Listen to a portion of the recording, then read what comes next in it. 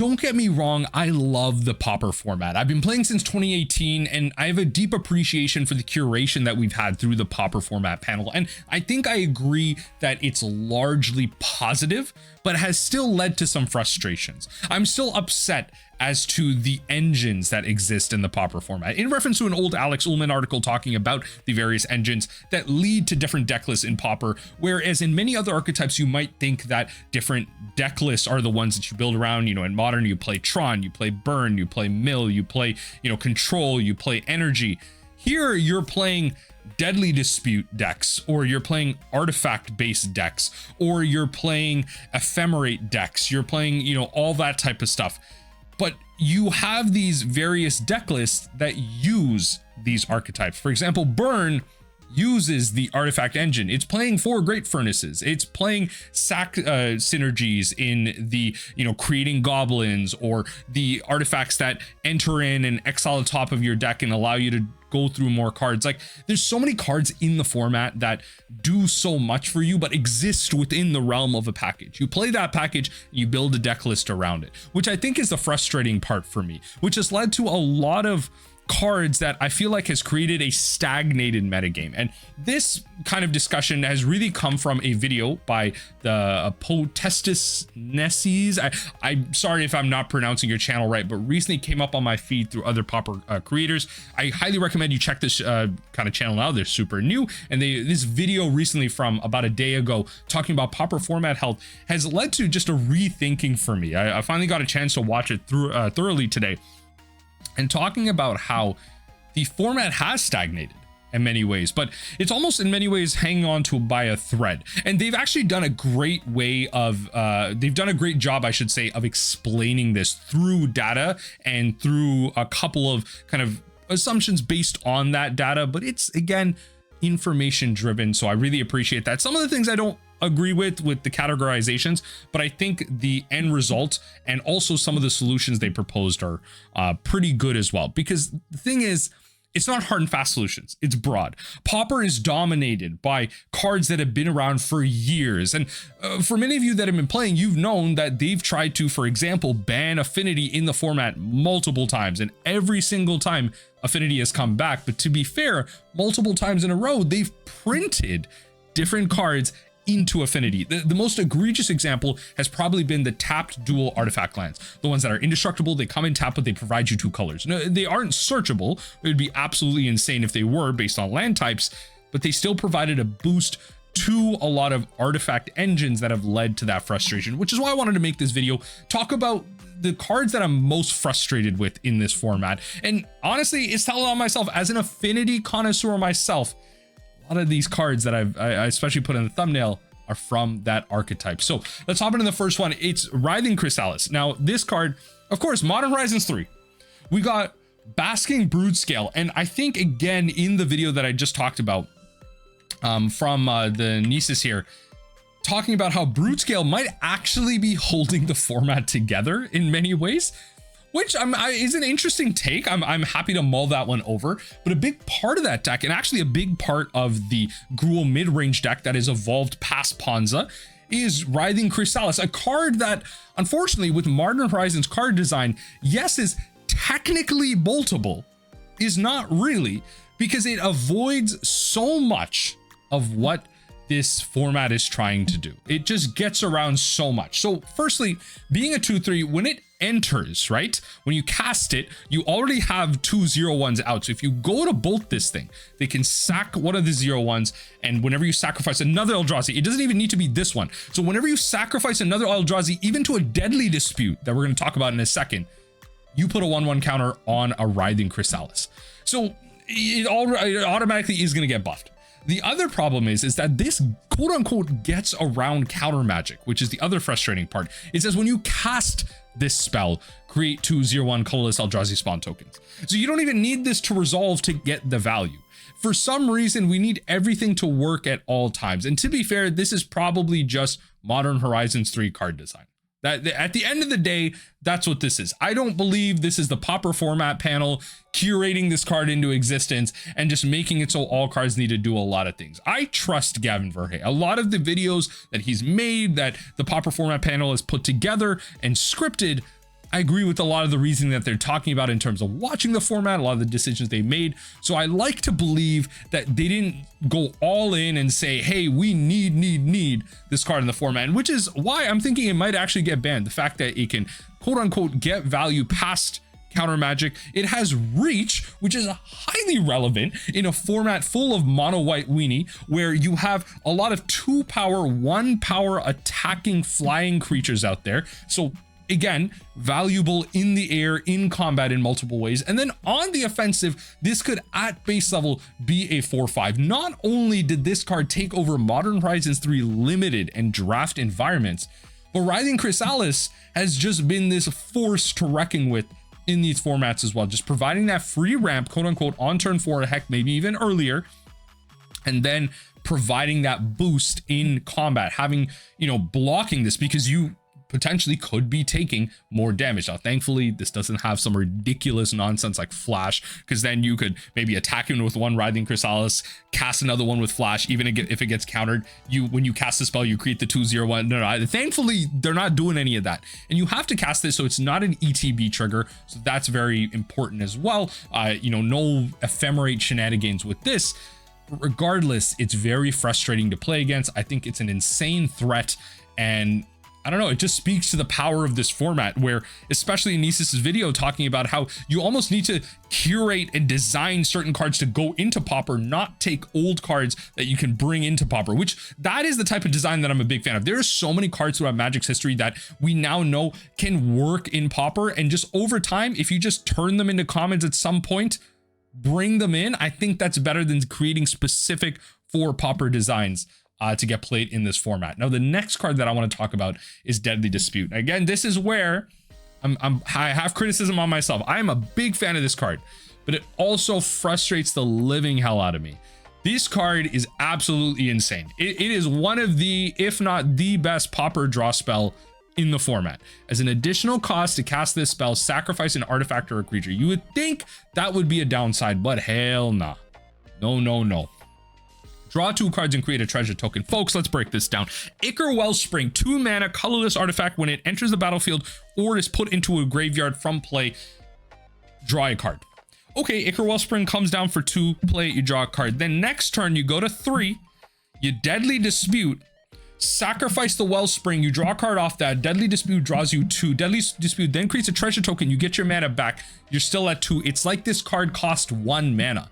That's the problem. A lot of the times you can set up a scenario where Deadly Dispute is 1 mana, draw 3 cards. Folks, we know that that card only exists restricted in Vintage, banned in any other goddamn format as the Power 9, right? We know that effect exists there. Look, you do require some setup. The problem is, with the current engines that exist in Pauper, the setup isn't hard. You can sacrifice an artifact or a creature when artifacts dominate the Pauper metagame, when artifact lands are everywhere, when artifact creatures are everywhere, when the artifact creatures that you put into your graveyard can easily be recurred, when the artifact that you sacrifice gets replaced by another artifact, so your artifact count is never lost. You're still net even on the number of artifacts that you have out on the field, which is important for your affinity, which is important for your Mirror Enforcers and your Frogmites and your, you know, your Thought Casts and all that stuff. It's important for all of these cards. Draw 2 cards, create a treasure token. It's instant speed. You can go in for an attack. If your opponent makes a crazy great combat trick, sack it. Sack that creature in response, because it's a creature or an artifact. If your opponent goes to destroy anything in terms of an artifact that you have, a creature that you have, in response, Deadly Dispute that sucker, get value off of it, draw some cards, and create a treasure. There are also variants of this. There's a 2 mana instant speed, draw 2 cards, but sacrifice an artifact or creature and then gain life equal to that creature's converted mana cost. That card is insane too, because you sacrifice a Mirror Enforcer, draw 2 cards, gain 7 life against a burn player. There's other versions that have flashback. There's ones that make map tokens. Fam, we are just making adjacent versions of Deadly Dispute. Deadly Dispute will always still just be the better one because it functionally costs 1 mana. This card is so frustrating to play against. It does so much. It just hyper powers anything in black. It incentivizes you to play black because it is, again, the best draw spell in the format, even though we have the blue draw spells in this format. Even though we have the blue draws, because all those cards do is draw cards. That's all they do. You get a little bit of selection, fair enough. You get some raw 3 cards drawn, but this card, Deadly Dispute, allows you to have graveyard synergies, sacrifices different artifacts to get you more cards. It keeps you net neutral on your artifact count. Heck, if you sacrifice a creature that isn't an artifact, it can add to your artifact count. It creates colorless mana, it creates treasured mana that can give you other colors that you may or may not have access to based on your current mana. Folks, this card is absolutely insane and so frustrating to play against. Do I think this card needs to get banned? I'm not there yet. I'm very upset with this. I'm more on Writhing Chrysalis getting banned, honestly, or maybe even something like probably Basking Brood Scale, but I highly doubt. But you know, I kind of don't want that banned after watching that kind of Nisa's video. I kind of don't want that gone out of the format now. Deadly Dispute is just a frustrating card. It is a hyper synergistic piece in so many archetypes in the format, and it just gives access to a whole other archetype to draw more cards. This isn't being played in the Dimir decks. The Dimir decks aren't playing like the Brainstorms and the Deadly Disputes as well. They're just playing Deadly Dispute because this card is just better in the archetypes that it's built for. The last card that I want to talk about is a series of cards. It's the tapped artifact lands. Look, again, as an Affinity player, I have to be honest here. These cards are absolutely insane. Okay? These cards fundamentally changed Pauper when they were around. Look, folks, Modern Horizons 2, look at the original printing. Folks, Modern Horizons 2. Let me just go back here. Modern Horizons 2.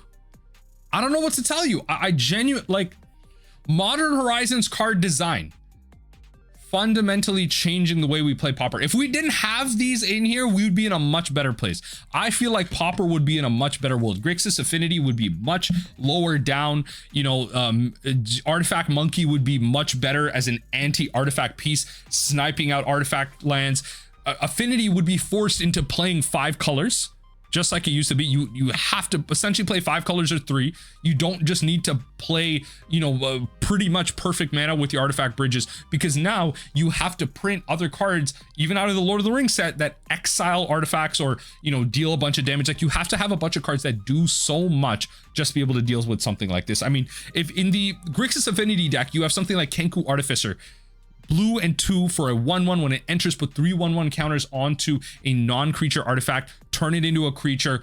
It's a 3/3. You put that on your indestructible tapped artifact lands. They are indestructible 3/3s with flying. Yo, these cards are so good. These cards are so good. Forget the fact that Writhing Chrysalis can block these really damn efficiently, but these cards are so good. They come in tap, they give you the mana that you need, they're indestructible. They do, generally speaking, your opponents have to play suboptimal artifact hate to just be able to deal with this. A lot of that artifact hate tends to cost 2 or more to be able to exile artifacts, especially the most commonly played artifact hate spells in the format. And that just feels bad. Like, unless you have them early and you're able to stop the Affinity player like twice, you're just not going to be able to come back. Like, yeah, you might be able to kind of get rid of 2 lands, 1 land, but can you do that again? Because they're going to be able to come back. They have the Affinity count, they have the artifact count, along with the Deadly Disputes, the Acre Wellsprings, all that card draw. Like, once they start getting artifacts out, it becomes real silly, real quick, and the bridges themselves, the tapped artifact indestructible lands, add to that.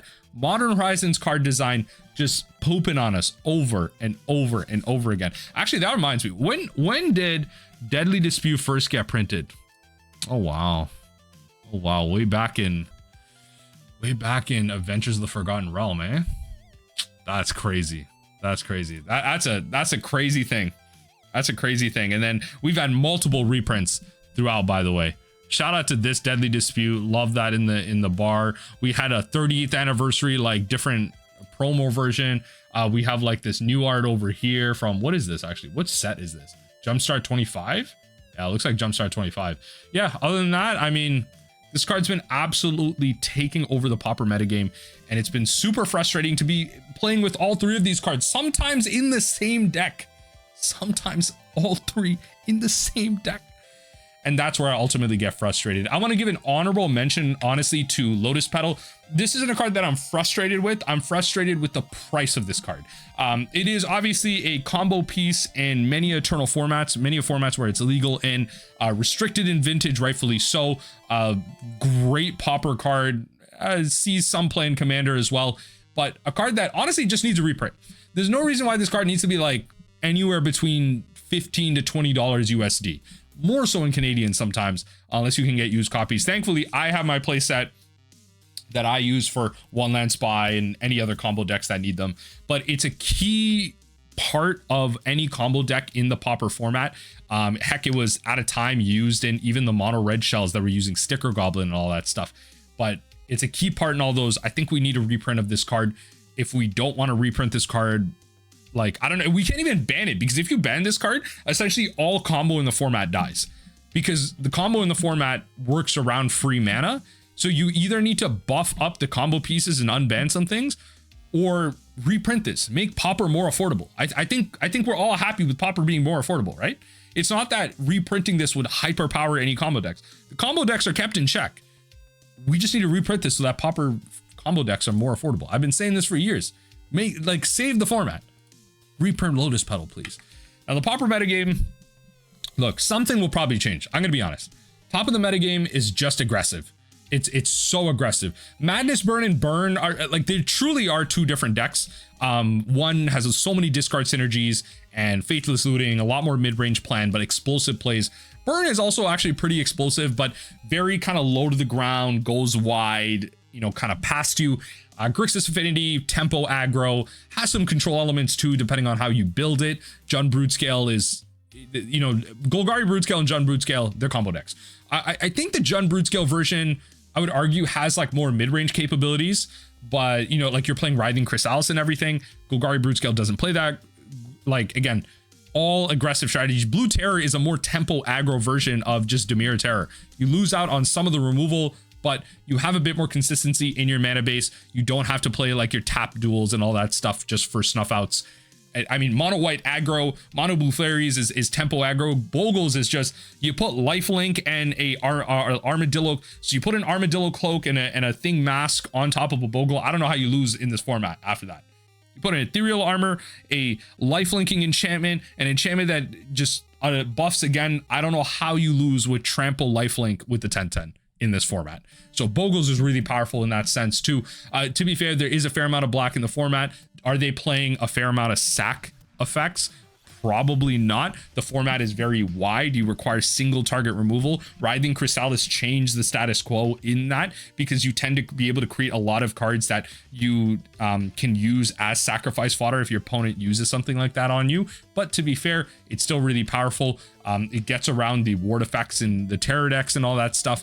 But regardless, the format is very aggressive right now. Something probably needs to change. Otherwise, the format kind of stagnates and you're just playing the same like 10 decks over and over again.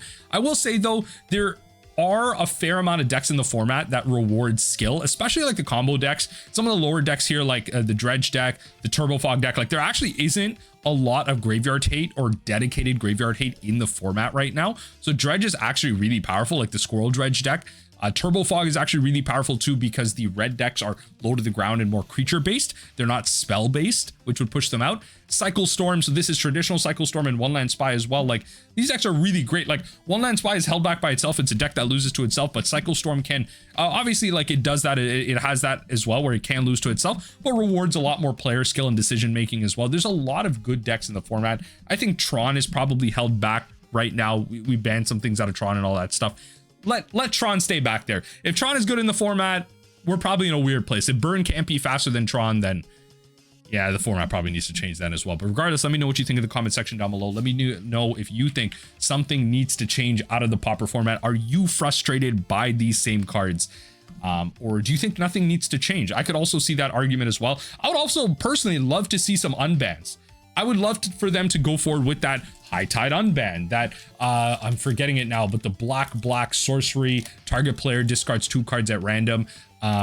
I would love to see what that does if they're open to maybe banning it really quick as well, maybe just doing one or the other. I'd be really interested to see some potential unbans in any format, really. I'm always a fan of something like that. Bring back the cards that are kind of old, bring back some nostalgia, get some old players back, but also just make it so the ban list doesn't become like a multi-page document and all that stuff. That just doesn't seem like a healthy way to manage a format. It obviously is like an inevitable thing, but it's something that we can maybe manage through design and hopefully good choices.